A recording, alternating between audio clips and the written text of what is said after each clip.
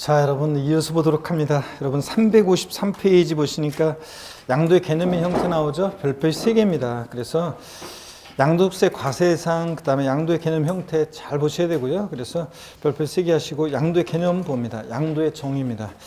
양도속세 양도란 게 뭐냐. 자, 여기 앞에 한번 화면을 보도록 하시고요. 여기 한번 화면을 보시면 누가 여러분한테 양도속세 양도가 뭐냐 물어보면 한마디로 양도속세 양도는 사실상 유상 이전이다. 이렇게 대답하시면 됩니다. 자, 다 같이요. 양도가 뭐냐 물어보면 뭐라고 대답하신다? 사실상 유상 이전이다. 그래서 사실상 이전만 하면 돼요. 등기 등록과 관계없이 사실상 이전되면 양도로 봅니다. 등기 이전 안 했어도 잔금 받았을 때 양도했다고 봅니다. 그래서 양도속세 양도란, 즉 소득세법상 양도란 민법 등 관계법령에 따른 등기 등록을 이행한 경우에 한한다. 이러면 틀려요. 등기를 이행하지 않았어도 사실상 이전만 하면 양도로 봅니다. 또 사실상 이전해야지 형식적으로만 이전하는 것은 양도가 아닙니다. 그 대표적인 예로 양도담보 목적으로 이전은 양도가 아닌데, 여러분들이 민법에서 이제 양도담보, 매도담보 이런 것들을 배우시게 될 건데요. 제가 양도담보를 공부한 것은, 양도담보 공부한 것은 학교 다닐 때 재봉틀 판례로 공부했는데, 양도담보 목적으로 이전, 결론은 양도에 해당하지 않는데요. 어떤 어머니가 1960년대, 70년대 재봉틀을 굴려서 바느질해서 한 집안의 가게를 꾸려나가고 있는데 돈이 필요해요. 그래서 이 재봉틀을 담보로 돈을 채권자로부터 빌리는데, 여전히 이 어머니가 재봉틀을 사용 시 굴려요. 수익이 발생하면 자기가 갚습니다. 자, 근데 만약에 변직에 대해서 돈을 못 갚으면 이 재봉틀 네 마음대로 알아서 해라. 이런 게 양도담보 계약입니다. 그래서 여전히 채무자가 사용 수익을 하는데 처분권만 이전합니다. 자, 그래서 이런 게 양도담보 계약인데 한번 보세요. 갑이라는 사람이 꼴이 있는데, 갑이 금전을 대여, 돈을 빌려줍니다. 대여금 채권에 대한 채무자고, 그 다음에 채권자가 있습니다. 자, 그랬을 때 채권자들이 있고요. 이 갑이 어떤 자산에 대해 행사하고 있는 이 소유권 내용을 한번 보면요. 소유권이라는 하나의 권리는 여러분 보세요.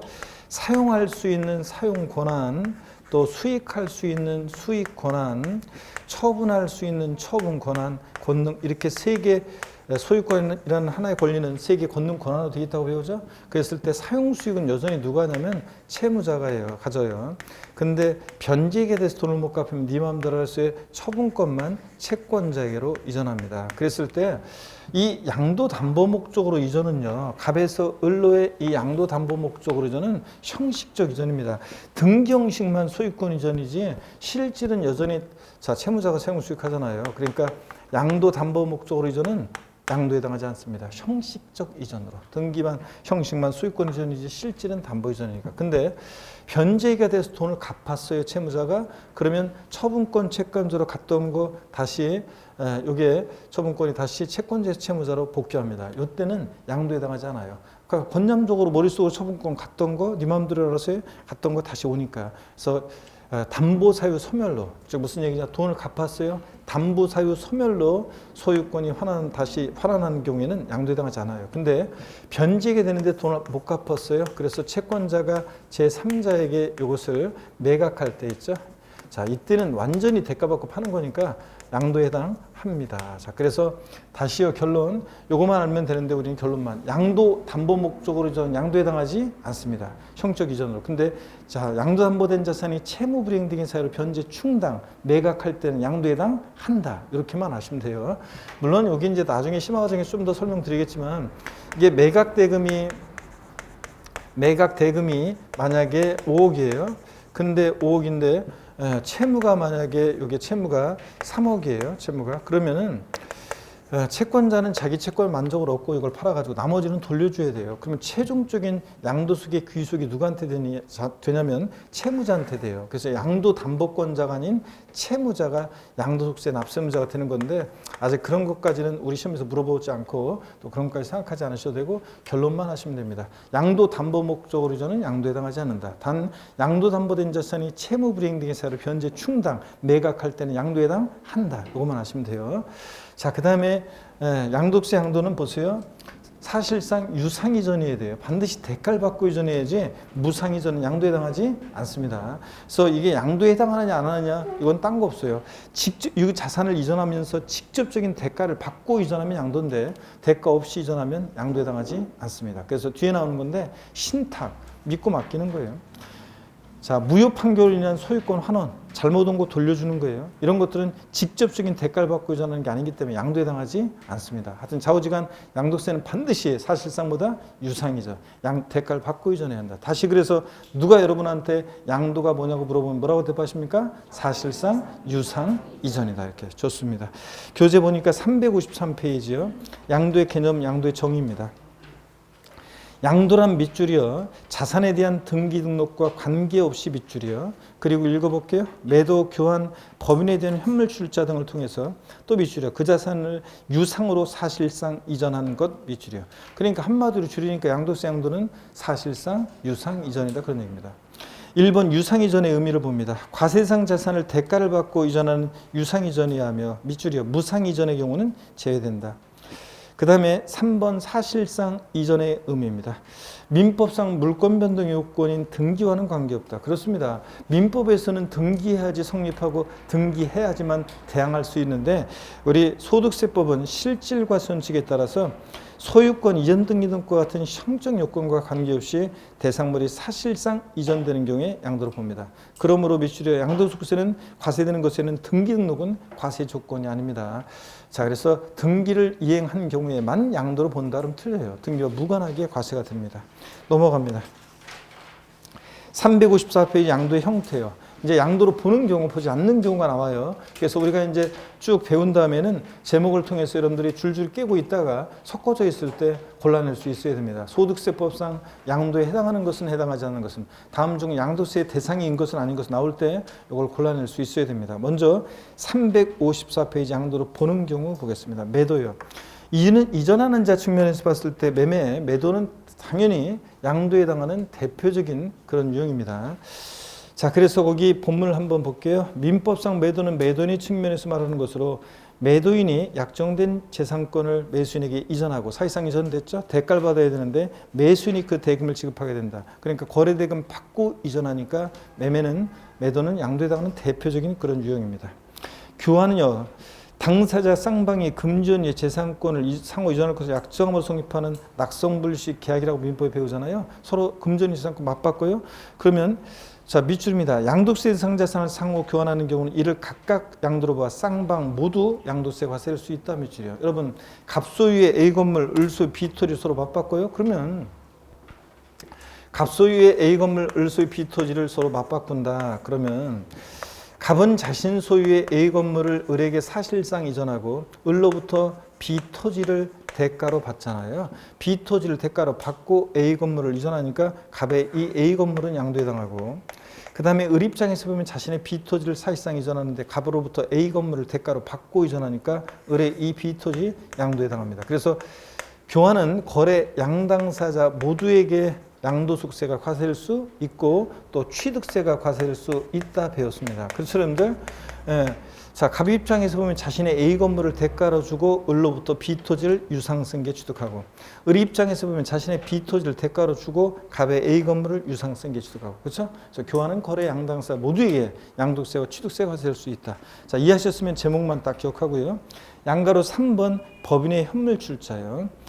동그라미 1번이요. 회사의 설립 또는 신주 발행 시에 주식 대금을 납입하고 주식을 인수한 문제가 아닌데 금전 이외의 양도세 대상물을 법인의 현물로 제공하고 주식 또는 출자 지분을 그 대가를 지급받는 경우에는 사실상 유상이전으로 봐 양도세가 산다. 즉 무슨 얘기냐? 여러분 설립되는 회사에 출자자가 자 부동산 같은 것으로 현물로 출자하면 사실상 이전됐죠. 대가를 받아야 되는데 설립회사로부터 신주를 배정받잖아요. 주식 출자 지분을 받고 부동산 이전했으니까 사실상 유상이전으로서 양도해당합니다. 결론 법인의 현물 출자는 양도해당한다.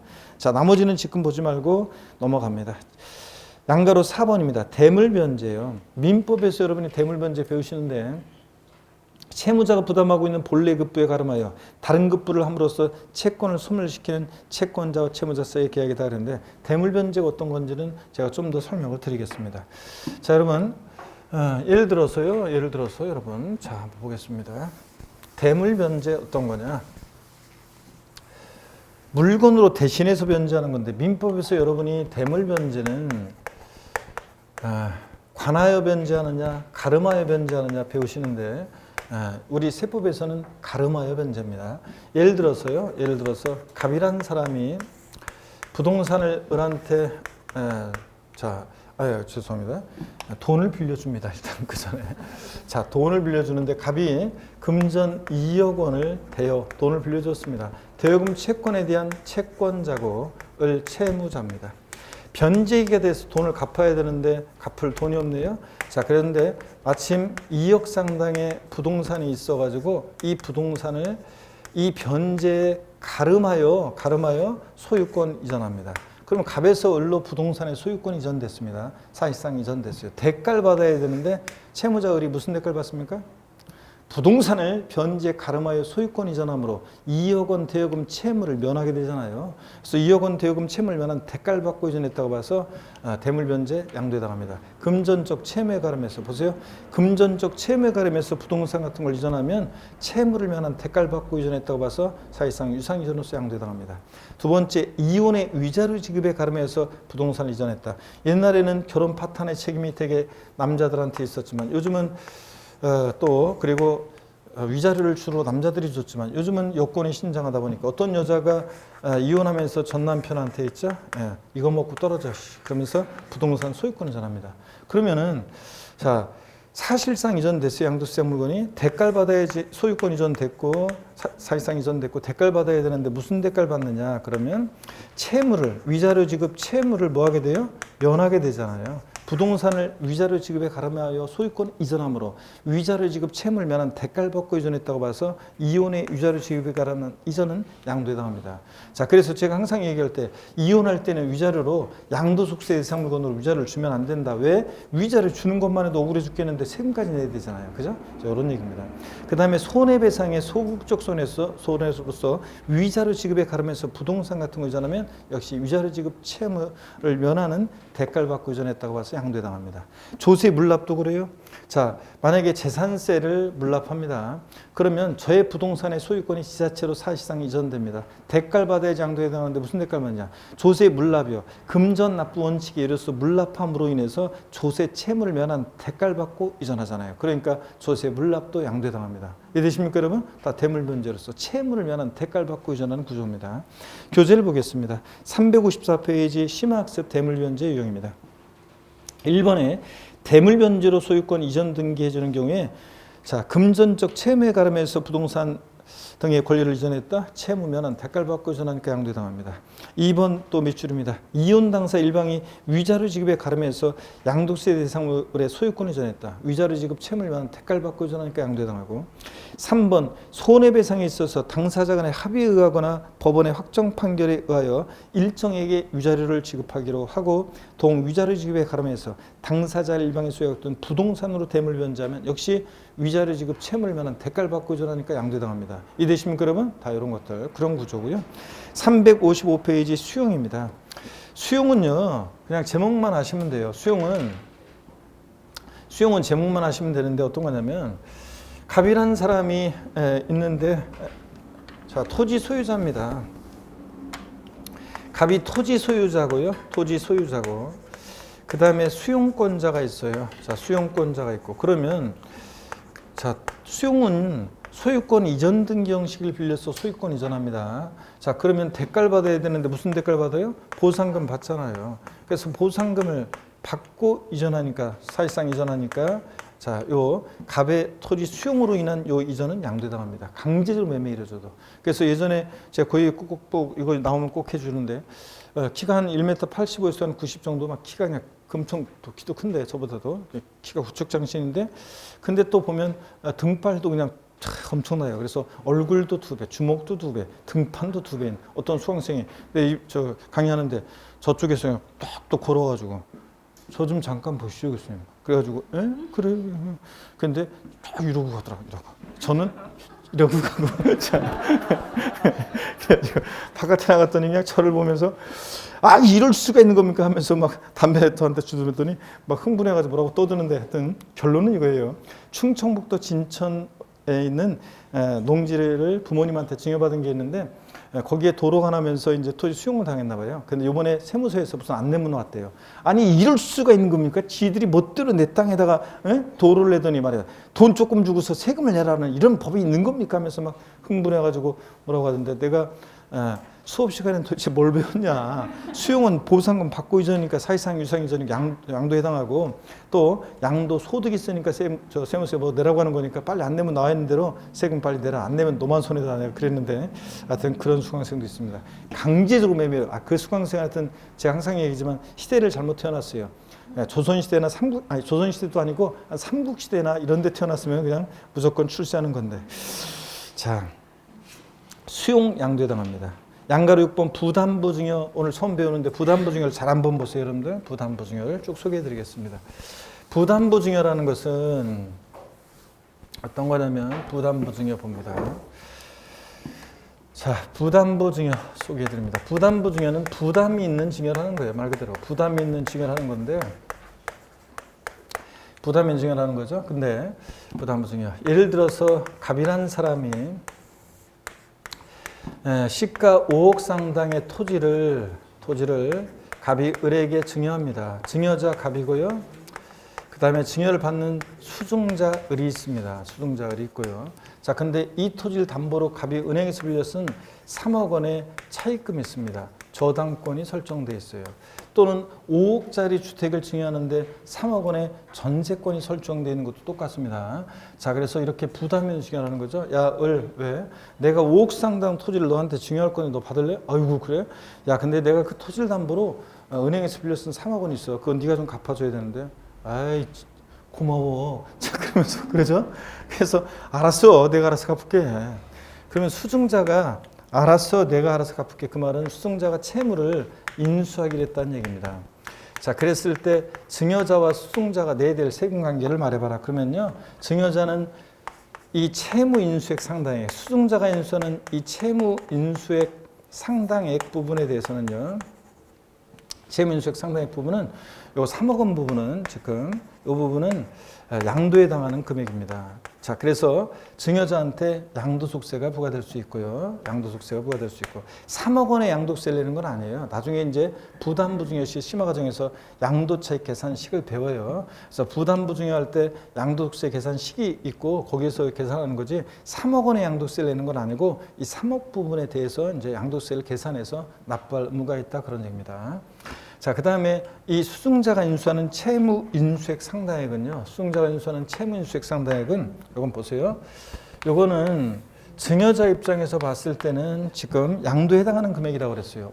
근데 지금 증여자 입장에서 보면 양도세를 증여자한테 부과한다고 그랬고 증여자 입장에서 보면 양도에 해당하는 금액이라고 했는데 양도에 해당하려면 반드시 사실상 유상이전, 대가를 받고 이전이잖아요. 그럼 공짜로 줬는데 무슨 대가를 받았지? 자, 무슨 대가를 받았냐면 자신이 갚아야 할 돈 3억 원을 수증자가 대신 갚아주니까 증여자는 3억 원만큼 채무를 뭐 하게 됐어요? 면하게 됐잖아요. 3억 원만큼 채무를 면한 대가를 받고 이전했다고 봐서 이 채무 인수액 상당액은 양도에 해당하고 증여자한테는 이 3억 부분에 대한 양도소득세를 계산해서 납부할 의무가 있어요. 계산식은 나중에 배우는 거고. 그 다음에 취득세 입장에서도 한번 설명드려볼게요. 취득세 입장에서 보면 수증자요. 취득세 입장에서 보면 이 채무 인수액 상당액은 수증자 입장에서 보면 유상 취득한 것으로 봅니다. 유상 취득한 것으로. 대가가 있다고 봐요. 유상 취득한 것으로 보는데 아니 그러면 무슨 대가를 주고 수증자가 취득했냐고요? 공짜로 취득했는데 자 3억 원 부분은 수증자가 증여자한테 대신 갚아주니까 3억 원만큼 채무를 증여자한테 면해주는 대가를 주고 취득했다고 봐요. 3억 원만큼 채무를 면해줬잖아요. 그래서 3억 원만큼 채무를 면해주는 대가를 주고 취득했다고 봐서 이 채무인수액 상당액은 유상취득으로 보고요. 유상취득에 대한 세율이 정되고 또 수증자요. 자, 저 채무 전체 증여받은 재산가액에서 5억에서 3억 뺀 이 채무인수액 이외 자산이요. 채무인수액 이외 자산. 그러니까 5억에서 3억 뺀 이 나머지 2억 부분은 공짜로 받았잖아요. 자, 그렇기 때문에 수증자한테 증여세가 부과될 수 있고요. 자, 그 다음에 취득세 입장에서 보면 이 채무 인수액 상당액은요. 취득세 입장에서 보면 이것은 공짜로 받은 거니까 증여로 무상으로 취득한 것으로 봅니다. 무상 취득한 것으로 봐요. 이런 얘기입니다, 여러분들. 자, 이해되십니까, 여러분? 그래서 부담부증의 경우 채무인수액 상당액은 자, 수증자 인수는 채무인수액 상당액은 양도에 해당한다고 봅니다. 자, 증여자 갚을 또는 수증자 대신 갚아주니까 증여자는 채무를 면한 대가를 받았다고 보고요. 그래서 증여자한테 3억 부분에 대한 양도세 계산에서 납부 의무가 있고요. 그 다음에 수증자는 채무인수액 이외 재산은 공짜로 받았으니까 증여세 부과될 수 있는데 취득세 입장에서 보면 채무인수액 상당액은 유상취득한 거로 보고 채무인수액 이외 재산은 뭐로? 무상취득한 거로 봅니다. 근데 이거는요. 증여자와 수증자가 배우자 직계존비속이 아닐 때 얘기지. 만약에 얘네들이 배우자 또는 직계존비속 간이다. 그럼 얘기가 틀려져요. 배우자 직계존비속 간에 부담부 증여했다. 자, 그랬을 때 부담부 증여했다. 남편이 부인한테 이렇게 부담부 증여했대. 알았어, 여보, 내가 3억은 내가 알아서 갚을게. 자, 또는 아버지가요, 아빠가 아들한테 고3인 자녀한테 부담부 증여합니다. 실제로 질문 받은 건데, 자, 고3인 자녀한테 부담부 증여하려고 하더라고요. 자, 그러면 부담부 증여했어요. 알았어요, 아빠. 내가 수능 준비하는 틈틈이 편의점 알바 뛰어가지고 3억은 갚을게요. 군대가 있는 자녀한테 부담부 증여했더니 알았어요, 아빠. 제가 요새 사병 월급 많이 올랐어요. 내가 월급 모아가지고 3억은 갚을게요. 결국 아버지 돈 갖다가 풀 거 아니에요. 그래서 배우자 직계존비속 간에 부담부 증여를 하면 자, 이 채무 인수액 상당액은요. 저 사례 같으면 3억 원. 이 채무 인수액 상당액은 수증자에게 이것이 인수되지 않은 것으로 수증자에게 인수되지 않은 것으로 추정해요. 인수되지 않은 것으로 추정합니다. 자, 인수되지 않은 것으로 추정하니까 인수가 돼야지만 증여자는 채무를 대신 갚아주니까 채무 3억 원만큼 면한 대가를 받았다고 보는 건데 인수되지 않으니까 5억 전체에 대해서 저 사례 같으면 5억 전체에 대해서 증여하는 것으로 추정해서 증여세부가 되고 양도에 해당하지 않습니다. 근데 근데 배우자 직계존비속 간에도 채무 인수 사실이 객관적으로 채무 인수가 만약에 입증이 된다. 채무 인수가 객관적으로 입증이 되는 그런 경우에는 양도로 보는 경우도 있습니다. 자, 그래서 배우자 직계존비속 간의 부담부 증여는 항상 양도소득세 과세되지 아니한다. X입니다. 항상은 아니고 요거 채무 인수가 객관적으로 입증이 되면 양도로 보는 경우도 있습니다. 자, 이런 얘기입니다. 그러면 교재를 한번 쭉 보도록 하겠습니다, 여러분들. 잠깐만요. 근데 채무 인수 사실이 객관적으로 입증되는 경우요, 양도로 보는 경우요, 요거 어떤 거냐면 저희 큰 누나가 저하고 차이가 많이 나요. 그래서 큰 누나는 일찍 낳고 저는 늦게 오남인조 7남매 중에서도 저는 늦게 낳았어요. 그러다 보니까 좀 늦게 태어나고 그러다 보니까 나이 차이가 많이 나는데 저희 큰 누나가 제 조카 결혼하는 데 있죠. 저한테 와가지고 그러더라고요. 아무개한테 어떤 동네에 있는 아파트 그거 주려고 하는데 근데 그냥 뭐 주면 세금 많이 나온다는데 내가 듣기로는 뭐 전세 끼고 대출 끼고 뭐 주면은 그 세금을 줄일 수 있다고 하는데 맞냐 그러길래 제가 누나 그게 뭐냐면 부담부 증여라는 거야. 그러면서 제가 부담부 증여를 쫙 설명했는데 뭐 동공은 흔들리고 그렇지만 어떻든 간에 그런 평범한 사람도 공부 안 한 사람들도 세법 공부 안 한 사람들도 어디서 이제 그런 건 다 듣고서 그리고 절세 방법은 다 알고 오더라고요. 하여튼 그게 부담부 증여라고 제가 막 설명을 해줬는데 맞다. 하여튼 결론 부담부 증여 보세요.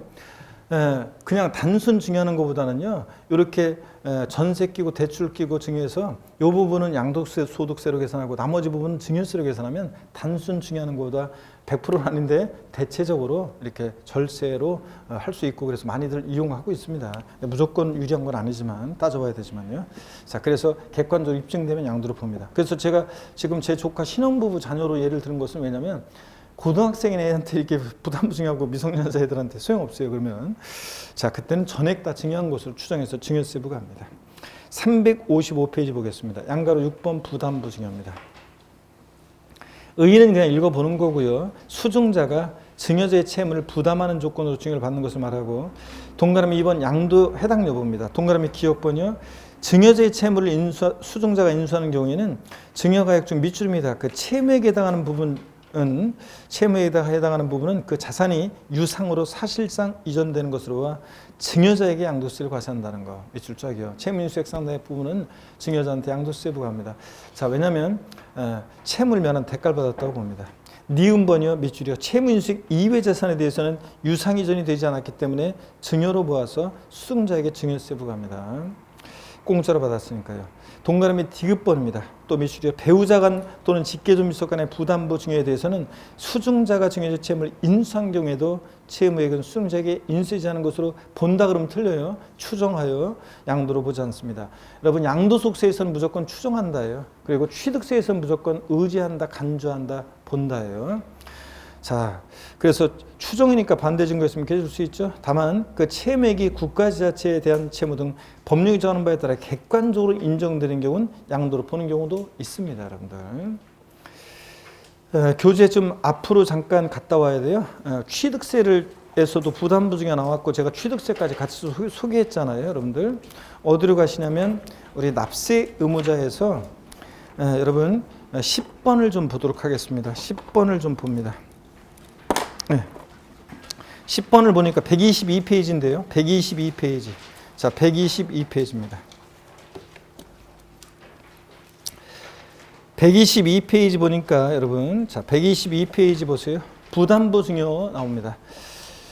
10번 부담부 증여의 경우에 122페이지 기본서 앞으로 갑니다. 채무인수액에 대한 유상취득 의제 그랬어요. 양가로 1번 채무인수액 상당액 1번이요. 증여자의 채무를 인수하는 부담부 증여의 경우 밑줄입니다. 그 채무액에 해당하는 부분은 부동산 등을 유상으로 취득한 것으로 본다. 자, 수증자가 증여자한테 채무를 면해준 대가를 주고 취득했다고 봐요. 유상취득으로 보고 채무인수액 상당액은. 동그라미 2번입니다. 근데 배우자 또는 직계존비속으로부터의 부동산 등의 부담부 증여의 경우에는 위 앞에 페이지에 그 구의 규정을 적용하므로 원칙적으로 증여로 취득한 것으로 본다 밑줄이요. 그러니까 배우자 직계존비속의 부동산을 취득하면 원칙 증여로 취득한다. 근데 다만 대가 있다는 것이 입증이 되면 유상 취득으로 본다. 그 앞에 나온 그 9번의 그 규정을 준용한다는 거예요. 그래서 원칙적으로 배우자 직계존비속 간의 부담부 증여의 경우는 자, 요거 원칙적으로 증여로 취득한 거로 봐요. 대가 인정하지 않고. 다만 대가를 지급한 사실을 증명한 경우에는 뭐라고요? 유상 취득으로 보고요. 밑줄 쫙입니다, 여러분들. 양가로 2번입니다. 채무인수액 이외 재산. 채무인수액 이외 재산을 취득한 경우는 무상으로 취득한 거로 본다 밑줄이요. 5억에서 3억 뺀 2억 부분은 공짜로 받았잖아요. 네. 그래서 시험에서 나왔던 것이 취득세 문제에서 다음 유상으로 취득한 것으로 보는 경우이다. 틀린 거. 유상 취득으로 보는 경우이다. 틀린 거 해놓고서 정답 지문이 뭐였냐면 부담부 증여의 경우 채무인수액 이외 재산을 취득하는 경우, 부담부 증여에서 채무인수액 이외 재산을 취득하는 경우는 유상 취득이 아니라 뭐예요? 무상 취득이니까 이게 정답이었습니다. 다음 유상 취득으로 보는 경우이다. 틀린 거. 예, 무상 취득으로 봅니다. 채무인수액 이외 재산은 부담부 증여에서 이렇게 나온 적도 있고요. 됐습니다. 자, 그러면 됐고 다시 뒤로 갑니다. 교재 355페이지에 부담부 증여에 관한 자세한 계산, 이런 과세방 계산식 이런 것들은 나중에 우리가 배울 기회가 있을 것이고요. 356페이지로 갑니다. 356페이지 양가로 7번 경매, 공매. 자, 밑줄입니다. 제목만 밑줄이요. 공매나 경매도요. 강제적으로 매매가 이루어져도 공매대금, 경락대금 받고 이전하니까 이것도 양도에 해당합니다. 어떤 주부 수강생이 물어봤어요. 이 부분을 강의했더니 저를 찾아와서 아니요. 제 친구 얘기인데 좀 물어봐도 될까요? 예. 제 친구 얘기인데도 괜찮을까요? 예, 괜찮아요. 그럼 친구 얘기인데 제 친구네 사업이 지금 잘못돼가지고 집이 지금 경매 넘어가려고 하는 상황이에요. 그런데도 세금이 부과된다는 건가요? 예, 그럴 수도 있죠. 경매, 공매등, 공매대금, 경락대금 받고 이전이니까 사실상 유상이전으로서. 그래요? 이런 주부상생이 있었는데, 자, 여러분. 공매, 경매도 공매대금, 경락대금 받고 이전이니까 사실상 유상이전으로서 양도에 해당하는데, 근데 우리가 배우고 있는 것은 실제 과세되느냐는 변론이에요. 사실상 유상이전, 양도에 해당하느냐 안 하느냐만 배우는 거지. 만약에 보세요. 1억에 샀는데 경락 이 7천에 경락이 됐어요. 그러면 1억에 사서 7천에 팔았다는 얘기잖아요. 마이너스 3천이니까 양도세는 과세되지 않겠죠? 네, 그래서 어떻게 하냐 실제 과세되느냐는 변론을 하고 양도에 해당하느냐 안 하느냐만 공부합니다. 자, 그 얘기고 그 다음에 양가로 8번 물납은 아까 설명드렸어요. 물납은 조세 채무를 면한 대가를 받고 부동산이 지자체로 이전하니까 조세 물납도 양도에 해당합니다. 조세 채무를 면한 대가를 받고 이전하니까. 자, 이렇게 해서 양도에 해당하는 것들 쭉 다 봤습니다. 여러분들. 양도로 보지 않는 경우를 봅니다. 무상이전 밑줄입니다. 양도에 해당하지 않습니다. 반드시 양도세는 사실상 유상이전 대가를 받고 이전해야지 무상이전 양도에 해당하지 않고 또 그 다음에 환지처분 및 보류지 충당 양도에 해당하지 않는다 밑줄이요. 자, 도시개발법이나 밑줄입니다. 그 밖에 법률에 따른 환지처분으로 지목 지번이 변경되거나 보류주로 충당되는 경우 양도를 보지 않는다 밑줄짝입니다. 자, 그리고 357페이지 예외는 지금 보지 마세요. 보지 마시고 요거만 환지처분으로 지목 지번 변경되거나 보류주로 충당되는 경우에 양도에 해당하지 않는다고 그랬는데 이거는 정책적 목적으로 그래요. 왜냐하면 여러분 보세요. 어떤 지역이 도시개발 사업이 벌어지는 지역인데요. 갑이란 사람이 A 토지 소유자예요. 사업이 시작되면 사업 시행자로 갔다가 사업이 종료하게 되면 사업주군의 다른 토지로 환지받는데요. A-로. 환지받으면서 지목도 바뀌고 지번도 바뀌고요. 이때 사업 시행자에서 원토지 소유자로 소유권 이전해 줄 때 이 이전은 양도에 해당하지 않는다는 얘기고요. 또 원토지 소유자들이 사업 시행자에게 토지 소유권을 이전했는데 이게 만약에 보류지에 충당되는 토지다. 그러면 보류지라는 것은 공공용지, 그 다음에 채비지, 공사병역 충당에 의한 채비지를 말합니다. 자, 어떻든 간에 보류지에 충당된다. 그럼 요때 요 이전은 양도에 해당하지 않는다고 봅니다. 그러면 여러분요, 공짜로 이전했냐고요? 아니에요. 다 대가 받고 이전한 거예요. 그러면 사실상 유상 이전해야 되는데 왜 양도에 해당하지 않냐면 정책적 목적으로 그래요. 도시개발 사업 등이 벌어지는 지역에서 원토지 소유자와 사업 시행자 사이 내부적으로 왔다 갔다 하는 것에 대해서 책임을 부과하면 절차도 늦어지고 사업 비용 증가하기 때문에 정책적 목적으로 양도에 해당하지 않는다고 봅니다. 그래서 결론만 알면 돼요. 환지 처분으로 지목 지번 변경되거나 보류주로 충당되는 경우에 양도에 해당하지 않는다. 이렇게 결론만 알아두시고요. 그 다음에 357페이지 예외는 지금 보지 마세요. 양가로 3번입니다. 지적경계선 변경을 위한 토지 교환입니다. 토지 경계를 변경하기 위하여 공간 정보의 구축 및 관련한 법률에 따른 토지 분할 등 법령이 정하는 토지 교환의 경우로서 다음의 요건을 충족하는 경우에는 양도에 해당하지 않는다. 자, 그래서 결론만 아시면 되는데 동그라미 1번 토지 이용상 불합리한 지상 경계를 합리적으로 받기 위해서 공간 정보의 구축 및 관련한 법률에 따라 토지를 분할하여 교환할 것.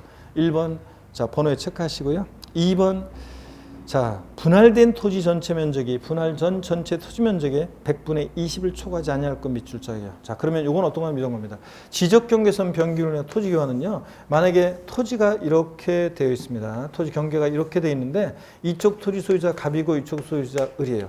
토지 경계가 지금 삐뚤삐뚤하잖아요. 그래서 지적 경계를 다시 합리적으로 정하기로 합니다. 그랬을 때 이렇게 정해요. 그러면 이쪽 부분과 이쪽 부분에 지금 토지 교환이 이루어지겠죠. 갑과 을이. 이때 지적 경계선 변경을 위한 토지 교환은 양도에 해당하지 않습니다. 이거는. 근데 단 분할된 이 토지 전체 면적이 분할 전 전체 토지 면적의 몇 프로요? 20%를 초과하면 안 된다. 그럼 악용의 소지가 있으니까 그때는 양도로 봅니다. 자, 이런 내용입니다. 결론 딱 알아두시고 양가로 4번입니다. 양도 담보입니다. 아까 양도 담보는 제가 소개해 드렸어요. 기억본 보니까 양도 담보란 채무자가 채무의 변제를 담보하기 위해서 담보로 지정한 물건의 소유권을 채권자에게 이전하고 채무자가 변제기에 채무를 이행하지 않는 경우에는 채권자가 그 목적물로 우선 변제를 받지만 일정 기간 내에 변제를 하게 되면 그 소유권을 채무자가 회복하기로 한 담보제도인데요. 니은번 밑줄입니다. 등기 형식은 양도이나 실질은 담보 이전이므로 양도세가 과세되지 않습니다. 밑줄짝이요. 자, 동그라미 2번 양도로 보지 않는 경우 채무자가 채무의 변제를 담보하기 위해서 자산을 양도하는 계약을 체결한 경우에 다음의 요건을 모두 갖춘 계약서 사본을 양도소 과세표준 신고서에 확정 신고서에 첨부해 신고하는 때 양도로 보지 않는데요. 어떤 것들이 요건이 필요하냐 그러면 기억, 니은, 디귿인데 줄글 필요는 없습니다. 당사자 간의 채무의 변제를 담보하기 위해서 양도한다는 의사표시 있을 것. 니은번 당해 자산을 채무자가 원래대로 사용 수익한다는 의사표시 있을 것. 자, 그러니까 사실상 이전된 게 아니잖아요. 여전히 채무자가 사용수익하니까 원금 이율 등에 대한 약정이 있을 것. 이런 요건을 갖춘 계약서 4번을 양도득세 과세표준 확정 신고서에 첨부해 신고하면 양도를 보지 않습니다. 즉 결론, 양도 담보 목적으로 이전은 양도에 당하지 않는다. 그 얘기입니다. 넘어가면 358페이지 양도로 보는 경우, 자 시험에 28회 때 나왔는데요. 밑줄입니다. 358페이지 밑줄입니다. 양도담보계약을 체결한 후 그 요건에 위배되거나 채무 불이행으로 인해서 당해 재산을 변제 충당한 때는 그때 일을 양도한 것으로 본다. 밑줄 짝입니다. 이 경우 양도자는 양도담보권자가 아닌 채무자가 된다는데, 자 여튼 양도 담보 목적으로 저는 양도당하지 않는데 단 채무 불이행 등의 사유로 변제 충당 매각할 때는 완전히 대가받고 넘어가는 거니까 양도에 당한다. 요것만 알면 돼요. 결론만. 양가로 5번이요. 배우자 또는 직계 존비속 간에 양도하는 경우, 한 입을 덮고 자는 새 부모 자식 간에 무슨 양도냐 그런 얘기입니다. 그래서 배우자 또는 직계 존비속 간에 부동산을 이전하는 경우에 실적인 대관계 의문이 따르기 때문에, 자 그 재산에 대해서 밑줄이요. 증여로 추정되는 것이나 밑줄이요. 남편이 부인한테 자다가 말고 깨워가지고 여기 일어나봐, 노원에 있는 아파트 뭐 4억이었었는데 8억이 됐으니까 내가 당신이니까 특별히 4억 1,000만 원에 팔 건데 살래? 고마워 여보. 둘이서 매매계약서 쓰고 인감도장 찍고 뭐 이런 거. 예? 자 부모 자식 간에, 예? 저희 친정아버지가 집 지금 주시려고 해요. 근데 그 아파트 옛날에 친정아버지가 2억에 산 건데 지금 이게 4억이 됐대요. 그냥 주면 증여세 많이 나온다며요. 저희 친정아버지가 옛날에 2억에 산 거니까 그걸 2억 100만 원에 저한테 파는 거로 매매계약서 쓰면 어떨까요? 이럴 때 겉모습은 양도지만 속내용을 실제로 들여다보니까 무슨 매매냐, 대가계 인정을 썼겠죠. 증여로 추정해서 증여세 부과합니다. 다만 두 번째로 계속 입줄입니다. 끝에 그 대가를 지출한 사실이 입증되는 경우는 양도로 보는 경우도 있어요. 그래서 뭐 공매, 경매를 통해서 추가한다거나 등등 그런 게 있는데 나중에 좀 더 보기로 하고, 오늘은 하여튼 배우자 직계존비속 간의 매매 양도는 증여로 추정합니다. 무슨 한 입을 덮고 자면서 부모 자식 간의 양도냐. 근데 다만 대가에 있다는 것이 입증이 되면 양도로 보는 경우도 있어요. 뭐 공매, 경매라든가 등기 등록을 요한 재산을 서로 부부 간에 교환한다거나 뭐 그런 건데요. 나중에 좀 더 봅니다. 양가로 6번 신탁으로 인한 소유권 이전 있죠. 제목만 밑줄입니다. 신탁으로 인한 이전. 신탁의 동그라미요.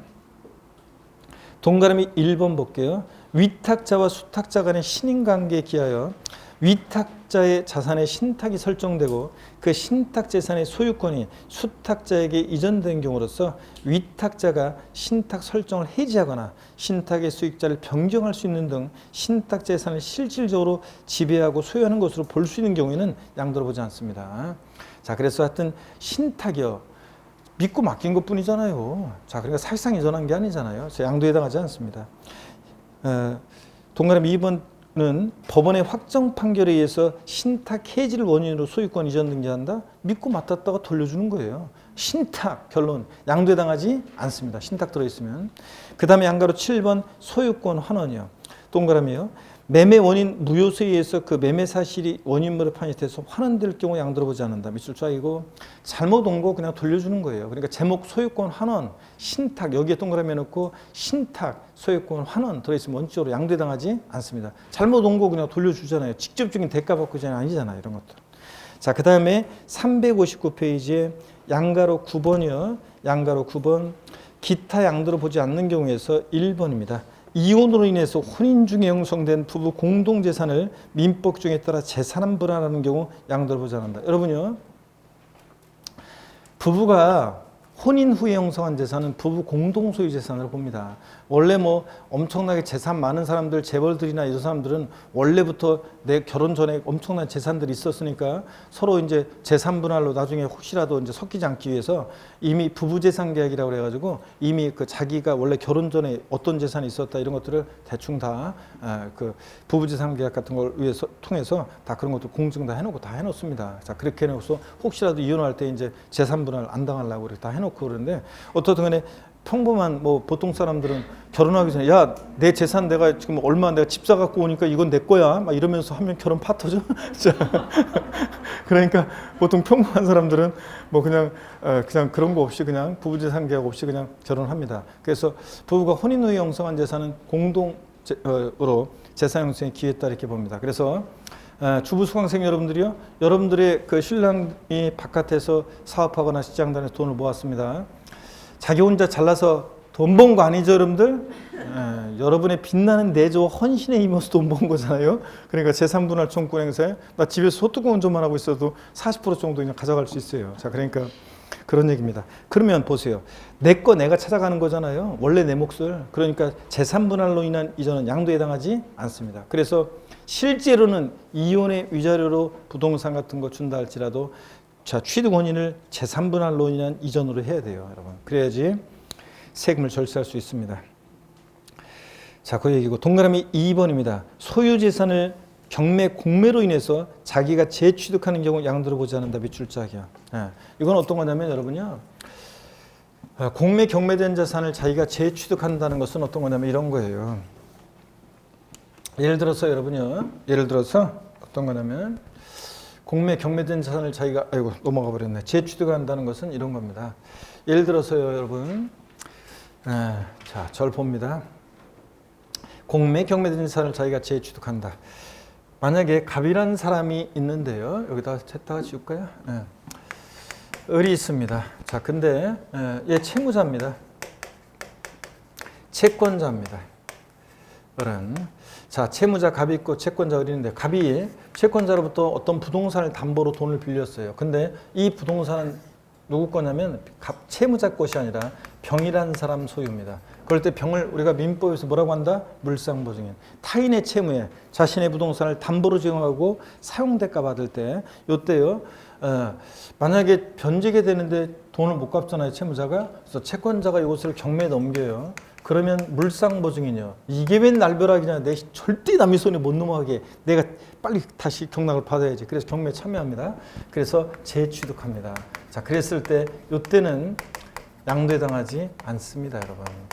자, 공매, 경매된 자산을 자기가 재취득하는 경우 양도에 당하지 않는데 여기서 말하는 자기 본인은 여러분 집에 있는 자기도 아니고, 자, 도자기도 아니고 물상보증인 자기가 본인이 재취득할 때는 양도에 당하지 않습니다. 공매, 경매된 자산을 자기가 재취득하는 거예요. 그 얘기입니다. 그래서 1번, 2번 정도 알아두면 됩니다. 됐습니다. 그러면 중요 기출문제 한번 보겠습니다. 소득세법상 양도에 해당하는 것은 그랬습니다. 동그라미 1번 도시개발법이나 그 밖에 법률에 따른 환지처분으로 지목, 지번이 변경되는 경우 양도에 해당하지 않는다고 그랬죠? 2번 부담보 증여 시 그 증여가액 중 채무액에 해당한 부분을 제외한 부분. 부담보 증여에서 채무인수액 이외 재산을 공짜로 받은 거죠? 저 사례에서 5억에서 3억 뺀 2억 부분은 그죠? 자, 그래서 이건 무상 이전으로 보고 3번이요. 소득세법 시행령 규정에 따른 양도담보계약을 체결한 후 채무 불이행으로 해서 당해 재산을 변제 충당한 때 양도담보 목적으로 저는 양도에 당하지 않지만 채무 불이행 등의 사유로 변제 충당 매각할 때는 양도에 해당한다고 그랬습니다. 그래서 이 양도에 해당하는 거 그러니까 3번 정답.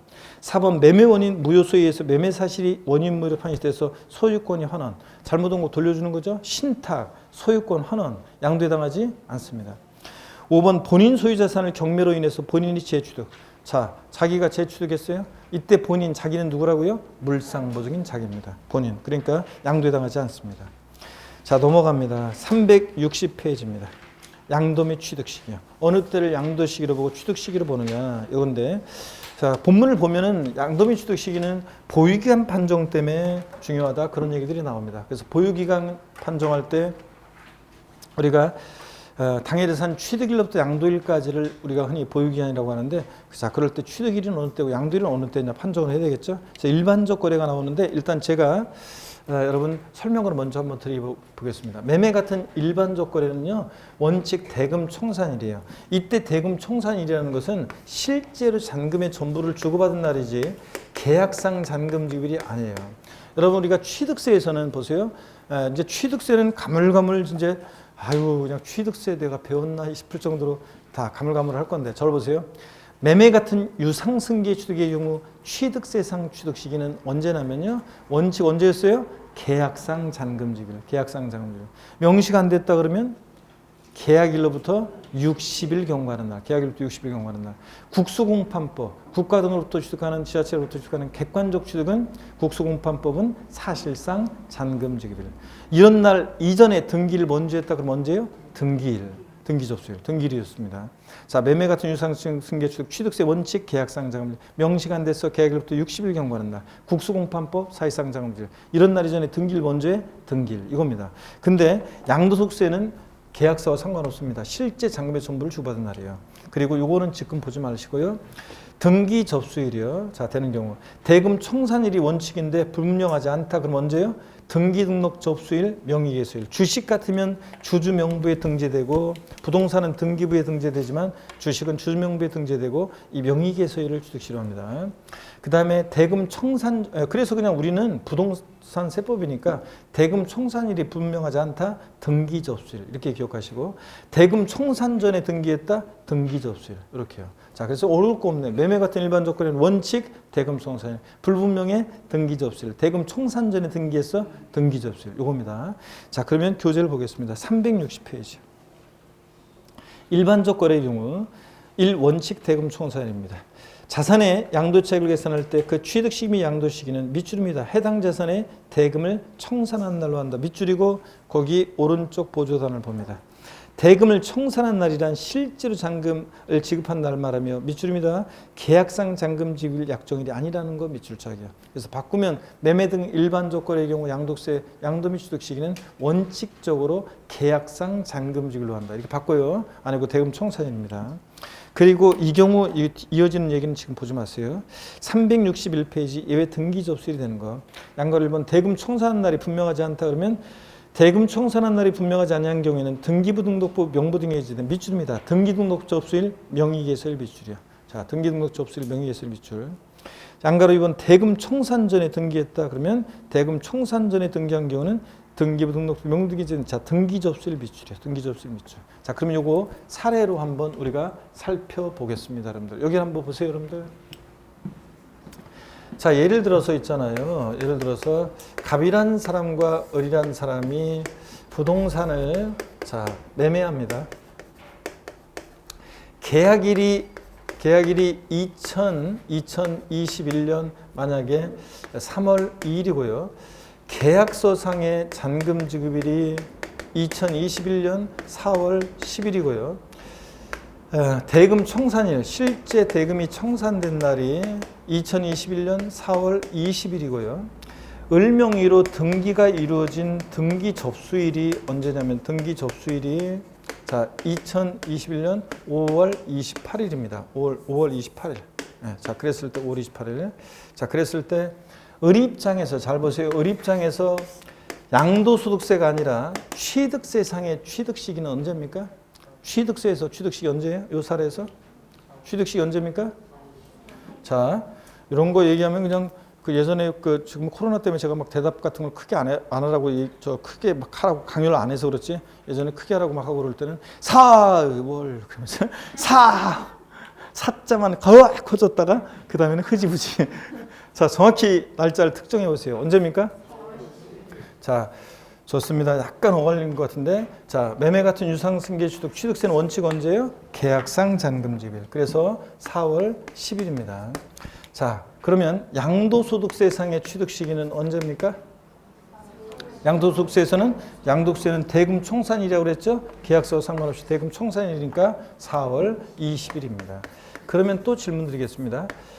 갑이 입장에서 양도소득세상의 양도 시기는 언제예요? 양도소득세상의 양도 시기. 갑이 입장에서 언제입니까? 언제예요? 자, 여러분, 이 대금 청산일 4월 20일 날에요. 갑과 을이 만났잖아요. 네? 4월 20일 날 대금 청산일 이날. 4월 20일 날 갑이 입장에서는 이날이 양도일 판날이고, 네? 자, 매수인 을 입장에서는 산 사람은 이날이 뭐예요? 취득한 날이고, 매매는 같은 날이에요. 자, 양도자는 양도일이고 사는 사람은 취득일이고 대금 청산일이 그렇습니다. 그러면 이번에 이렇게 하겠습니다. 똑같은 사례인데 등기 접수일을 3월 28일로 하겠습니다. 등기 접수일이 3월 28일이고 나머지는 조건이 똑같습니다. 자, 그랬을 때 취득세상의 취득 시기 언제입니까? 취득세 원칙 계약상 잔금일인데 그 전에 등기했으니까 언제요? 등기일이죠? 등기 접수일. 3월 28일이요. 양도소득세상의 취득시 언제입니까? 원칙 대금 청산일인데 대금 청산 전에 등기했으니까 등기일이 빠르니까 언제요? 등기 접수일이고. 이런 사례 나오면 항상 등기일이 빠른지 항상 확인하시라고 그랬잖아요. 자, 양도소득세상의 양도시기도 당연히 언제입니까? 등기 접수일입니다. 3월 28일. 자, 이렇게 해서 등기 접수일이 빠르면 다 등기 접수일입니다. 그럼 요번에 이렇게 하겠습니다. 등기 접수일은 똑같이 2021년 5월 28일인데요. 계약상 잔금질이 명시되지 않았고 불분명하고 대금 청산일도 불분명합니다. 계약상 잔금질 불분명하고 그 다음에 대금 청산일도 불분명합니다. 취득세상의 취득시기는 언제였습니까? 취득세상의 취득시기는 언제예요? 취득세상의 취득시 언제예요? 취득세는 원칙 계약상 잔금질 명시가 안 됐다 불분명하다 명시 안 됐다 계약일로부터 60일 계약일로부터 60일 경과하는 날이니까 한 뭐 5월 1일 정도 되려나요? 네, 그래서 계약일로부터 60일 경과하는 날이에요. 자, 근데 뭐 시험에서 여러분들이 5월 1일인지 5월 2일인지 뭐 4월 30일인지 이런 것까지 60일 정확히 막 따져가지고 그렇게까지는 고민 안 하셔도 된다고 그랬습니다. 왜냐하면 대충 그렇게 보시면 되지. 왜냐하면 60일 대충 그런 건데 제가 실전에서는 그렇게까지 뭐 1번지면 5월 1일, 2번지면 5월 2일 이런 식으로까지는 안 나올 거라고 제가 얘기를 했더니 어떤 곳에서 어떤 교수님이 바로 그냥 그 다음 모의고사에 정모의고사에 나를 엿먹이라고 하는 건지 바로 그냥 1번 5월 1일, 2번 5월 1일 이런 식으로 됐더라고요. 아 진짜 치사하게 실전에서는 그렇게 안 나와요. 그렇게까지는. 그러니까 그냥 신경 쓰지 마시고 대충 60일 이렇게 따지면 됩니다. 그 다음에 요번엔 이렇게 하겠습니다. 양도소득세상의 취득시는 언제 이런 때? 네? 대금 청산이 불분명합니다. 계약상 잔금률이 불분명합니다. 언제입니까? 그렇지. 양도세는 원칙 대금 청산인데 불분명하면 언제라고 불분명하면 언제라고 했어요? 등기 접수일. 등기 접수일. 달라요. 등기 접수일이고. 이것도 양도시기도 등기 접수일 5월 28일입니다, 여러분. 자, 이렇게 해서 이해하시면 되고요. 됐습니다. 그러면 여러분 어디로 가시냐면 361페이지 특수한 거래의 경우를 봅니다. 특수한 거래의 경우를 보니까요. 특수한 거래. 장기할부 조건 매매 그래가지고 장기할부 조건의 경우에는요. 장기할부 매매라는 게 뭐냐면 2회 이상의 기간에 걸쳐서 대금을 지급하는 방식으로 거래하는 건데 2회 이상의 기간에 걸쳐서 대금을 지급하는 방식으로. 그럴 때 장기할부 조건 매매의 경우에는 언제냐 그러면 자 밑줄입니다. 소유권 이전 등기 접수일이에요. 근데 만약에 그 전에 등기를 했다 그러면 등기일이고요. 아 죄송합니다. 아이고 말이 헛나갔네. 자 이거 지우려고 하다가 자 장기할부 조건 매매의 경우는 소유권 이전등기 접수일이 원칙이에요. 근데 그 전에 인도받거나 사용수익을 시작하면 자 그때부터 또 양도세는 세금으로 귀속시키기 때문에 중빠른 날입니다. 자 다시요. 장기할부 조건 매매는 앞으로 나오면 중빠른 날 기억해요. 등기 접수일하고 인도일이나 사용수익이라고 비교해서 중빠른 날인데요. 시험에서는 어떻게 바꾸느냐. 장기할부 조건 매매의 경우는 각 할부금을 지급하는 때다. 마지막 할부금 지급하는 때다. 아니고 중빠른 날입니다. 장기할부 조건 매매는 등기 접수일하고 인도일 사용수익을 비교해서 중빠른 날이고요. 양도소득세는 사용수익에 대한 걸 세금으로 귀속시킨 조세이기 때문에 그래요. 자 그리고 뭐 자가건설 건축물의 경우 그냥 편하게 한번 봅니다. 이건 어떤 거냐면 그냥 뭐 안 보셔도 다음에 보셔도 되고 그런데 자가건설 건축물의 경우 동그라미 1번에 자기가 건설한 건축물의 경우 취득시기는 건축법 중에 따른 밑줄이요. 사용승인서 교부일 밑줄입니다. 사용승인서 교부일. 그 다음에 동그라미 2번이요. 사용승인서 교부일 전에 사실상 사용하거나 임시 사용승인을 받으면 그 사실상 사용일 밑줄이요. 그 임시 사용승인을 받은 날 중 빠른 날 나옵니다. 밑줄 차기요. 양가로 2번 허가받지 않은 건축물이 또 29회 때 나왔었는데 허가받지 않은 건축물은 자 사실상 사용일 밑줄이요. 지가 건물 지어놓고 사실상 사용한 날이에요. 이런 허가 절차 없으니까. 근데 시험에 나왔던 것은 어떻게 나왔냐? 허가받지 않은 건축물의 경우 양도소득세상의 취득 시기는 추후 나중에 추후 사용 승인 또는 임시 사용 승인을 받은 날 아닙니다. 무건축물은 언제라고 지가 건물 지어놓고 사실상 사용한 날입니다. 나중에 뭐 임시 사용 승인 받은 날이 아니라 사실상 사용일입니다. 이 정도. 상속 증여받은 자산이요. 상속 또는 증여에서 취득한 자산은 상속받은 자산은 밑줄입니다. 상속 계실이고 증여받은 자산은 증여받은 날입니다. 증여받은 날이 언제냐에 대해서 뭐 부동산은 등기일, 동산은 인도를 의미한다고 하는데 그냥 증여받은 날로 나옵니다. 옆에 취득세하고 비교합니다. 증여받은 자산의 취득세상 취득시는 언제였냐면 증여계약일이에요. 취득세는 증여계약일이었어요.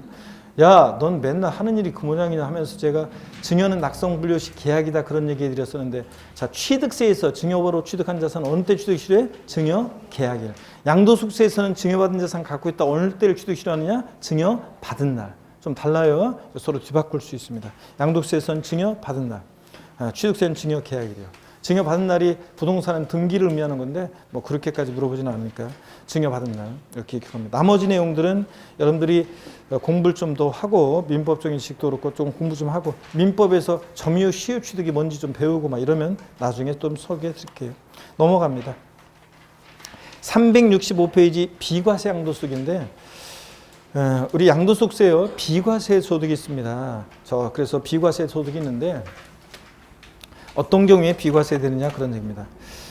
자, 그런데요, 여러분들, 뭐 이제 다 끝났어요. 비과세 양도소득은 제가 강의를 자세하게 오늘 뭐 하지 않고 다음에 지방세 비과세, 양도세 비과세는 심화 과정에서 자세히 제가 할 예정이에요. 그래서 오늘은 그냥 비과세 종류만 살짝 보고 고가주택 같은 게 어떤 건지만 살짝 보고 오늘 진도를 마치려고 합니다. 그래서 근데 시간이 좀 애매하네요. 오늘 시간이 좀 애매하네요. 그죠?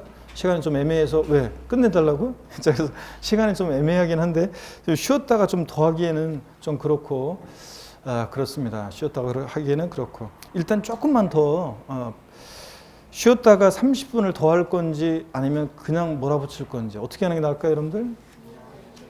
예? 그냥 해요? 예. 자, 그래서 화장실이 됐다시 급하신 분, 예?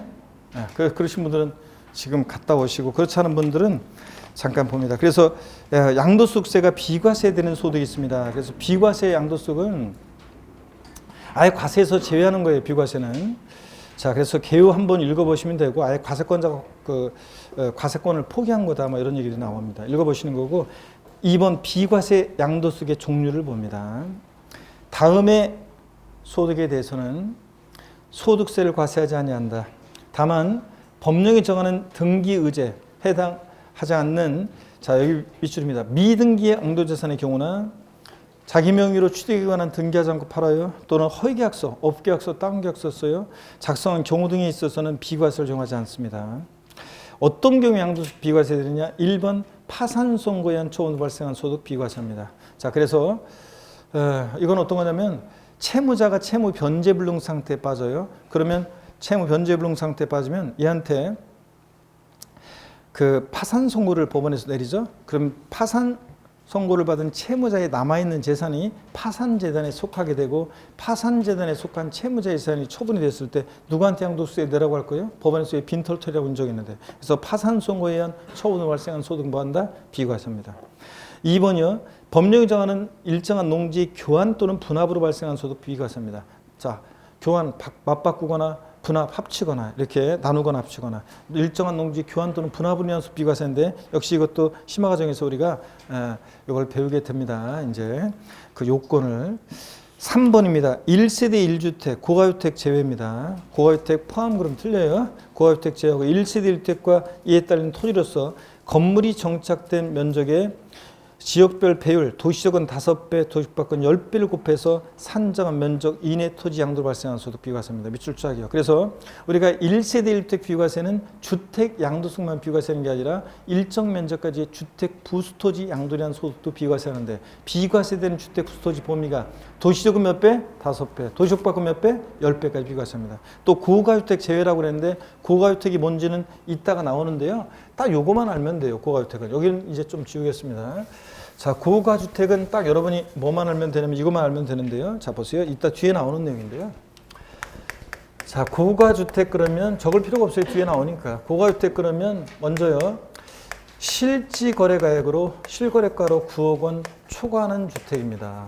자, 뭐 적으셔도 되지만 일단은 여기 보세요. 실거래가로 9억 원 초과하는 주택인데, 작년에 제가 있죠. 작년에 제가 고가주택과 관련해서 개정 내용도 있었고, 요 고가주택 출제 가능성이 상당히 높아 보여가지고, 원래 고가주택은 중요한 거지만 작년에 고가주택에 대해서 제가 집중적으로 강조를 드리고, 또 고가주택 관련해서 계산 사례 연습까지도 그렇고 엄청 신경 써서 강의를 했어요. 그랬는데 제 예상대로 고가주택이 독립한 문제로 딱 나왔어요. 그래서 기분이 딱 좋았거든요. 문제를 딱 보는 순간 제가 시험 당일날 이제 여러분들 저 직원들이 갖고 온 문제 딱 보면서 기분이 딱 좋았어요. 예상대로 딱 나왔으니까. 근데 변별력이 없었어요. 아 진짜 뭐냐면 작년에 제가 맨날 얘기했죠. 우리 기초과정부터 기본과정부터 배우는 게 고가주택이라는 것은 실거래가로 실장도한가의 9억 원 초과주택이지 기준시가 9억 초과주택이 아니다. 그래서 우리가 저한테 배운 부분들은 고급주택, 고가주택, 즉 부동산 임대업에서의 고가주택, 양도세에서 고가주택을 비교해서 계속 배웠습니다.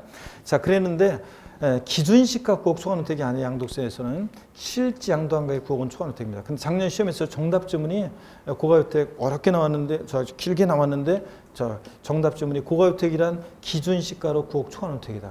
X입니다. 실거래가로보다 9억 초과주택이고 또 고가주택이 해당되면 1세대 1주택 비과세 요건을 갖추고 있어도 1세대 1주택 비과세를 안 해줍니다. 배제해요. 자, 이런 얘기입니다. 그래서 일단 요 얘기를 알고 봅니다. 고가주택 제외입니다. 그래서 1세대 비과세에서는. 동그라미 4번은 그냥 참고적으로요. 절 보세요. 입주권 있잖아요. 조합원 입주권. 주택은 아닌데 주택 수 계산에 포함을 시켜서 입주권과 관련한 이제 비과세 내용이 나중에 나와요. 배울 거고. 올해부터는 여러분 절 보세요. 올해부터는 분양권 2021년 올해 1월 1일 이후에 취득한 분양권은요. 올해 2021년 1월 1일 이후에 취득한 분양권은 조합원 입주권처럼 똑같이 과세해요. 주택수 계산에 포함하고요. 그 다음에 1세대가 1주택과 1분양권이 있다가 주택을 양도할 때 원칙 과세인데 예외적으로 또 비과세 받을 수 있는 특례들이 있는데 또 그것도 똑같이 적용돼요. 그래서 올해부터는 그러니까 작년에 취득한 분양권 아니에요. 올해 2021년 작년에 취득한 분양권은 주택수 계산에 포함 안 해요. 입주권은 포함하지만 주택수 계산에. 그런데 올해 2021년 1월 1일 이후에 취득한 분양권은 주택수 계산에 포함해서 이제 과세합니다. 그런 얘기인데 여기서는 입주권만 나와 있습니다. 자, 넘어가고요. 입주권은 5번 밑줄입니다. 지적재수에 관한 특별법 조정에 따른 경계 확정으로 지적공무상 면적이 감소돼서 지급받은 조정금 쫙 밑줄입니다. 이거 비과세인데요.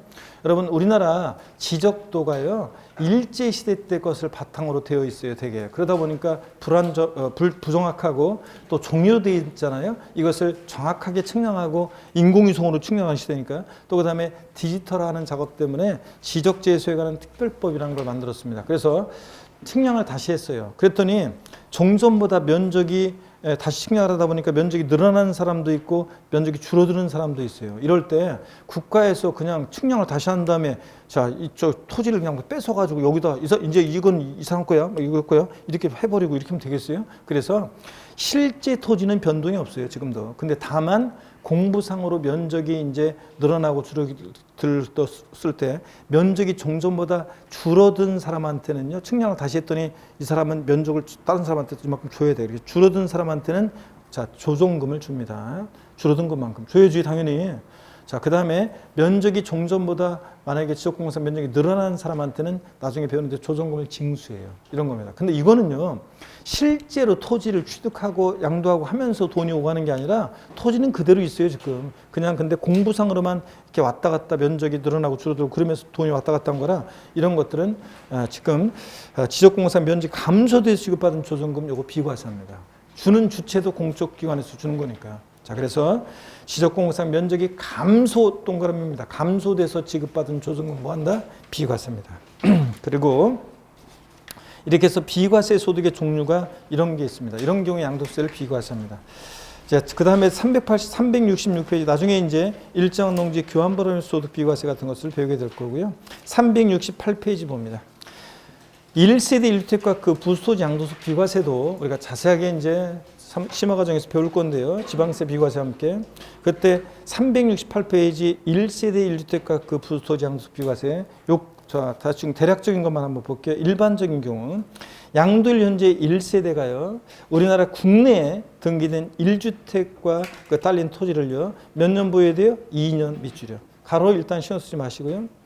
이상 그 아래로 두 줄 내려와서 이상 보유한 후 양도한 경우에 고세대 양도세를 과세하지 않는다. 즉 1세대가 양도 현재 국내 1주택 몇 년? 2년 보유하고 양도하면 양도세 비과세입니다. 근데 369페이지입니다. 1세대원이 갖고 있는 주택수를 전부 다 합쳐서 2년 보유해야 됩니다. 1주택이 되고 2년 보유해야 됩니다. 369페이지입니다. 조정상 지역 내 주택의 경우. 자, 조정대상 지역 공구일 이후에 취득한 주택의 경우에는요. 여기에 보유기한이 2년이어야 되고 그 다음에 그 아래로 두 줄 내려와서 보유기간 중 그 줄 끝에 보유기간 중 거주기간이 2년 이상이어야 한다. 밑줄이요. 자, 1세대 주택 비과세 받으려면 1세대가 양도를 이제 국내 1주택을 2년 보유하고 양도해야 되는데 다만 조정대상 지역 내에서 조정대상 지역 공고일 이후에 취득한 주택은 보유기간 중에 몇 년 거주해야 돼? 2년 거주까지 해야 됩니다. 조정상 지역이 아닌 지역은 그냥 2년 보유만 하면 비과세고요. 그 다음에 자세한 이제 내용들을 우리가 이제 심화 과정에서 제가 주옥같이 여러분들 생활에 필요한 내용까지 쫙 해가지고 다 알려주겠습니다. 그래서 주택이 2개인데 1주택 양도로 보는 특례도 있고요. 2년 보유를 해야 되는데 2년 보유를 못 했는데도 비과세 받을 수 있는 특례들 이런 것들 다 알려드리겠습니다. 지금은 쫙 넘어갑니다. 그래서 어디로 가시냐면 여러분요. 과감하게 쫙 넘깁니다. 그래서 어디로 가시냐면 겸용주택이 나와요. 겸용주택. 쭉 넘어가서 겸용주택이 나오는데 391페이지입니다. 391페이지 봅니다. 자, 391페이지 보니까 겸용주택이 나오는데요. 여러분. 아, 글도 나오네. 391페이지를 펴니다. 391페이지요. 기본소가 이제 마무리 되어 가시죠, 여러분들? 기본소 마무리는 아니고 기본 이론 과정이 일렬 과정이 마무리 되어 갑니다. 심화 과정을 남겨놓고 있고요. 백두대간의 봉우리 관설이 녹아서 골짜기를 지나고 강가에서는 버들강아지로 봄이 피어오르고 있죠, 여러분들. 아직은 춥고 시련은 끝나지 않은 것 같지만 겨울은 이제 전설이 되고 눈꽃은 3월이 되면 봄꽃으로 흐드러지게 피어나겠고요. 하여튼 뭐 지금 여러 가지 힘든 상황에 있는 분들도 좀 견디면 하여튼 또 좀 봄꽃 피는 그런 날 오겠죠, 여러분들. 시련이 끝날 것 같지 않지만 결국은 끝나게 돼 있고요. 자, 힘내시고 하여튼 여러분들 합격의 선배들도 지금쯤 되면은 왠지 배운 내용들을 아득하고 또 뭔가 자신감을 조금씩 잃기 쉬울 때예요. 아, 내가 이렇게까지 이랬나? 아, 내 머리가 이랬나? 아, 진짜 막 그렇고 또 남들은 현장에 있는 수강생들은 남들은 다 이해하는 것 같은데 나만 이해 못하는 것 같고 막 그렇게 해서 본인이 좀 회의감이 들 때도 있고요. 또 인강 수강생들 중에서는 비교가 안 되니까 내가 이해가 안 돼? 저 양반이 강의를 어떻게 하길래 내가 이해가 안 돼. 아직까지도 이제 그렇게 생각할 때고 막 그럴 때입니다. 그런데 누구나 다 합격의 선배들도 여러 가지 고민을 거치고 이제 5, 6월 달 되면은 공부한다고 했는데 점수 안 나오고 그러면 실망하고 막 그럽니다. 자, 그런데 그런 과정을 거치면서 합격의 선배들도 다 합격의 그 길로 갔습니다, 여러분들. 자, 우리 아이고 8주차가 왜 나와? 겸용주택입니다. 자, 여기 한번 거기 교재 391페이지 한번 보세요. 겸용주택 및 딸린 토지에 대한 비과세 판정입니다. 겸용주택에 의하여 겸용주택이란 주택의 일부에 점포 등 다른 목적의 건물이 설치되어 있거나 동일 지번상의 주택과 다른 목적의 건물이 설치된 경우에 주택을 말합니다. 2번 겸용주택의 처리 방법이요. 양가로 1번 주택 면적이 주택 이해 면적보다 큰 경우 밑줄이고요. 제목이 밑줄이고 동그라미 1번 주택 면적이요. 비과세되는 과세되는 주택 면적에서 즉 1세대 1택 비과세 규정을 적용하는 경우에 하나의 건물이 주택과 주택 외부로 복합되는 경우와 주택에 딸린 토지에 주택 외 건물이 있는 경우에 여기 밑줄입니다. 그 전부를 주택으로 본다 밑줄이야. 여러분 이게 어떤 거냐면 겸용주택인데 얘가 1세대 1주택 비과세 요건을 갖췄어요. 자, 그런데 비과세 요건을 갖췄을 때 이걸 주택으로 보면 주거와 주거 이외의 겸용주택이요. 이걸 주택으로 보면 비과세잖아요. 상가로 보면 과세잖아요. 그럴 때 비과세 과세면적 계산하는 건데 우리가 토지에 대한 것은 오늘 공부하지 않습니다. 왜냐하면 요거 겸용주택에 대한 계산 사례 문제가 옛날에 한번 나왔다가 최근에 30회 시험 때 한번 나왔기 때문에 한 10년에 옛날에 한번 나왔는데 이번에 30회 나왔기 때문에 또 나올 가능성이 아주 극히 낮기 때문에 토지는 안 보고 주택만 부분만 볼 건데요. 주택 면적이 주택 이해면보다 크다 그러면요 전부 주택으로 봅니다. 전부 주택으로. 그래서 전부 건물 면적은 전부 다 비과세예요. 근데 그 얘기고 또 봅니다. 391페이지 보겠습니다. 391페이지 넘어가니까 2페이지 넘어가니까 토지는 신경 쓰지 마시고 양가로 2번 봅니다. 주택의 연면적이 주택 외 부분의 연면적보다 작거나 같을 때요. 그때 주택 면적 봅니다. 주택 외의 부분은 주택으로 보지 않는다 밑줄이요. 주택 외의 부분은 주택으로 보지 않으니까 그 말은 주거 부분만 주택으로 본다는 얘기예요. 주거 부분만 주택으로. 자, 그래서 주거 부분만 주택으로. 그러면 여러분 봅니다. 주택 면적이 주택 이해면적보다 작거나 같을 땐 주택 외의 부분은 주택을 보지 않는다는 말은 주거 부분만 주택을 본다는 얘기예요. 그러면 여러분 어떤 얘기인지 한번 보겠습니다. 여기 보세요. 겸용주택 저 얘기는 어떤 얘기냐면 그래서 주거 면적이 주거 이해 면적보다 클 때요. 1세대 주택 비과세권을 갖춘 겸용주택입니다. 주택 면적이 주택 이해 면적보다 크다. 자, 그러면 보세요. 주거 면적이 만약에 주거 면적이 60제곱미터고 주거 이해 면적이 40제곱미터라는 얘기예요. 그럴 때 비과세 되는 건물 면적은 몇 제곱미터냐 그러면 몇 제곱미터가 비과세되는 거예요? 주거 면적이 주거 이해 면적보다 클 때는 전부 주택으로 본다잖아요. 전부 주택으로 보니까 이때 비과세는 면적은 몇 제곱미터예요? 100제곱미터 전부 비과세합니다. 그래서 이때는 100제곱미터 전부를 비과세합니다. 자, 100제곱미터 전부 비과세고요. 그 다음에 또 봅니다. 만약에 주거 면적이 주거 이해 면적보다 작거나 같다. 자, 그랬을 때는 제가 무슨 얘기냐? 이번에는 주거 면적이 40제곱미터고 주거 이해 면적이 60제곱미터예요. 자, 그랬을 때는 주택 이해 부분은 주택으로 보지 않는다. 그 말은 주거 부분만 주택으로 본다는 얘기예요. 주거 부분만 주택으로 보니까 이때는 비과세되는 건물 면적은 몇 제곱미터예요? 이때는 주택 외의 부분은 주택으로 보지 않으니까 주거 부분만 주택으로 보니까 40제곱미터만 비과세한다 그런 얘기입니다. 60제곱미터는 요거는 과세하고요. 이해되십니까 여러분? 그래서 요 얘기를 한마디로 요걸 표현해 보면요. 요걸 한마디로 표현하면 자, 부등호를 잘 보세요. 위에 있는 부등호 주택 면적 클 때 부등호, 주택 면적이 작거나 같을 때 부등호 잘 보세요. 그러면 이걸 한마디로 표현하면 주택 면적이 클 때만 전부 주택이라는 얘기입니다. 주택 면적 클 때만 전부 주택이요. 그렇죠, 여러분들? 작거나 같으면 주거부만 주택이니까. 그래서 이 표현이 시험에 나온 적도 있고요. 재산세에서 일동의 건물은 주택 면적이 주택 이해면보다 크면 전부 주택으로 봤어요? 아닌데.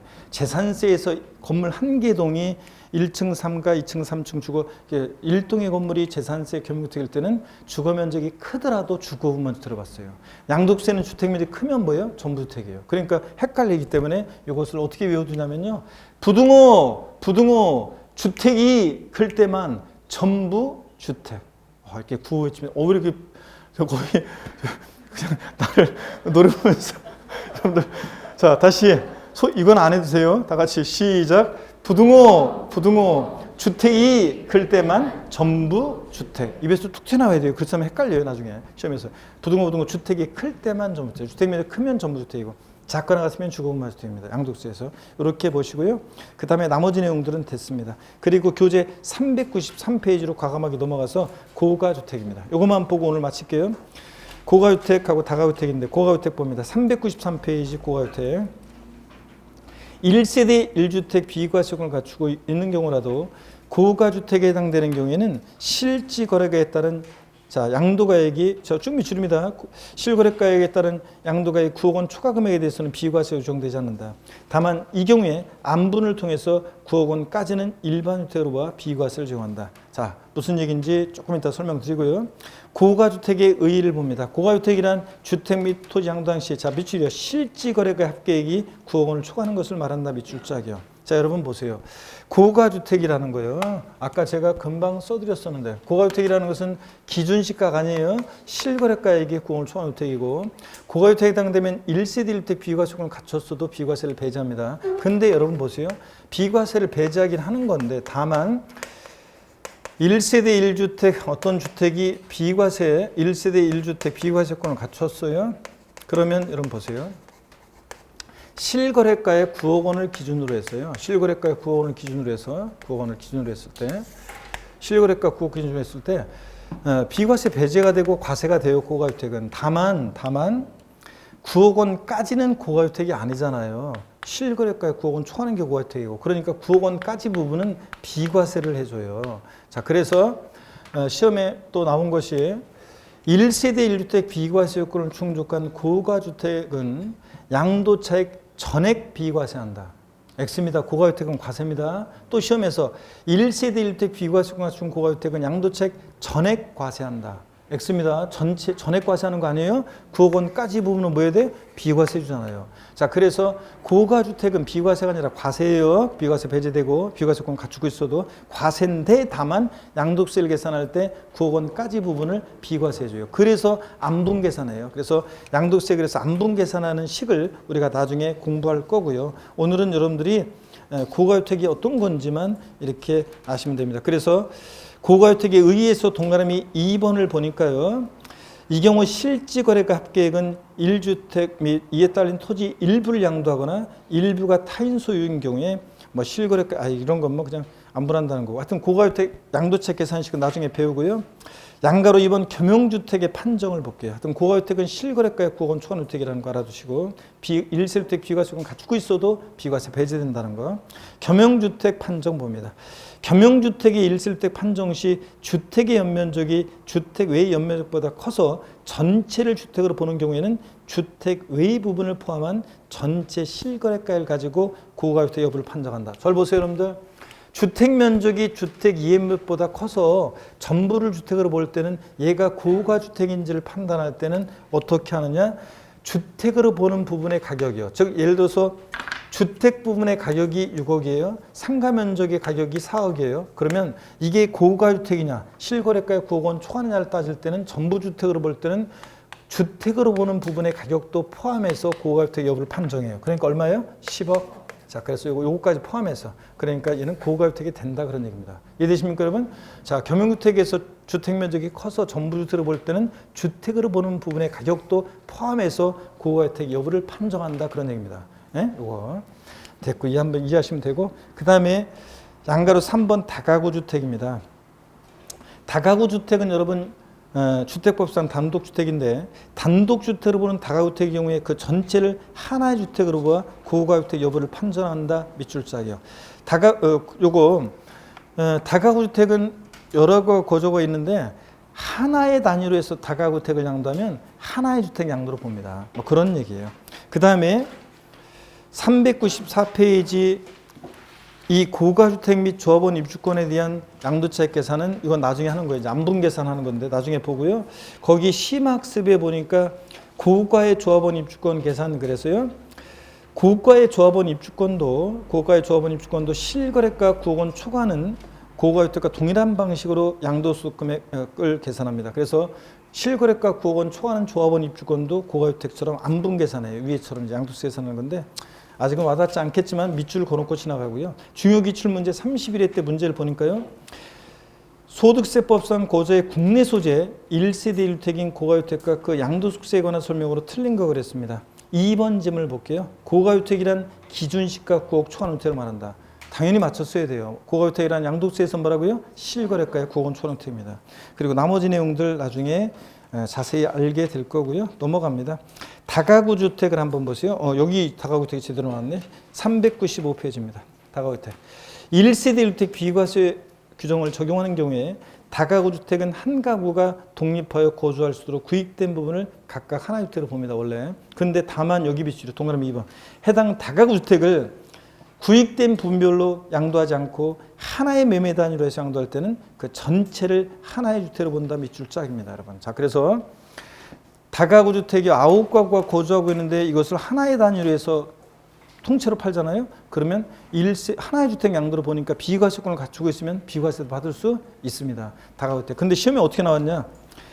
해당 다가구 주택을 구입된 분별로 분양하지 않고 하나의 매매 단위로 양도하는 경우에 구입된 부분을 각각 하나의 주택으로 본다. 아닙니다. 전체를 하나의 주택으로 봅니다. 이거 됐습니다. 밑줄이고 양도세 면제와 경감 6번은 8년 제천 적용농지 양도세 감면 이런 거는 옛날에 나온 적이 있는데 한 10년에 한 번 정도 나오는 것 같아요. 30회 시험에서 나왔기 때문에 신경 쓰지 말고 넘어갑니다. 나중에 살짝 알려드릴 기회가 있긴 있을 텐데 문제 풀 때 살짝 보면 되고 넘어갑니다.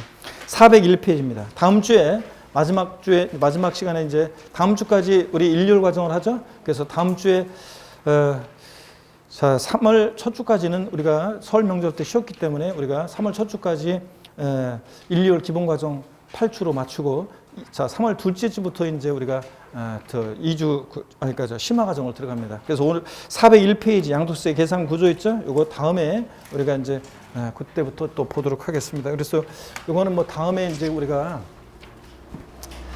보기로 하고 고가주택 다 설명을 드렸습니다. 그래서 다음에 한번 보기로 하고 다가주택도요. 그래서 요 계산 구조가 중요하고 어렵기 때문에 꼭 여러분들이 본방 사수하시고 꼭 수업을 들으시길 당부드리고요. 여러분한테 오늘 장시간 너무도 수고 많으셨습니다. 자, 여러분 다음에 씩씩한 모습으로 뵙도록 하겠습니다. 여러분 고맙습니다.